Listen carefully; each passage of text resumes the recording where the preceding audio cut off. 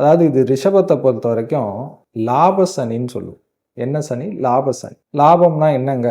11ஆம் இடம். ஜோதிட சாஸ்திரத்துல 11 தான் லாபத்தை குறிக்கக்கூடிய ஸ்தானம். அங்க தான் வந்து சனி அடுத்த 2.5 வருஷம் இருக்க போகுது. ஸோ இந்த லாபஸ்தானத்துல இருக்கக்கூடிய சனி ரிஷபராசிக்கு என்ன மாதிரியான பலன்கள் தரப்போகுது அப்படின்னா, ரொம்ப பயப்படுற மாதிரியான பலன்கள்லாம் கிடையாது. நல்ல பலன். ரொம்ப சூப்பரான இடம். சனிக்கு பார்த்தீங்கன்னா ஒரு சில இடங்கள்ல தான் ரொம்ப நல்ல யோகத்தை தரும். அது வந்து குறிப்பாக இந்த லாபஸ்தானத்தில் சொல்லலாம்.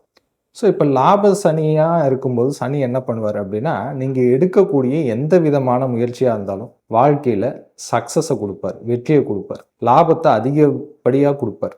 நம்ம எந்த ஒரு முயற்சி எடுத்தாலும் சரி, அதோட நெட் ரிசல்ட்டு சக்ஸஸா இல்லையா, அதுதான். அது சக்ஸஸ்ன்ற வார்த்தைக்கு முக்கியமான ஸ்தானம் எது அப்படின்னா 11ஆம் இடம் தான் ஜோதிட சாஸ்திரத்து. ஸோ இந்த 11ஆம் இடத்துல இந்த சனி பகவான் இருக்கிறதுனால அடுத்த 2.5 வருஷம் நீங்கள் எடுக்கக்கூடிய எந்த விதமான முயற்சியாக இருந்தாலும் சரி, அது தொழில் ரீதியான முயற்சியாக இருந்தாலும் சரி, இல்லை வாழ்க்கையில் உங்களை முன்னிறுத்தக்கூடிய எந்த விதமான நல்ல விஷயமா இருந்தாலும் சரி, ஒரு வீடு வாங்குறதா இருக்கட்டும், ஒரு நிலம் வாங்குறதா இருக்கட்டும், ஒரு வீடு கட்டுறதா இருக்கட்டும், இந்த மாதிரி எந்த சுப காரியமாக இருந்தாலும் சரி, ஒரு முயற்சி எடுத்தீங்கன்னா அந்த முயற்சியில் சனி பகவானுடைய சப்போர்ட் முழுக்க உண்டு.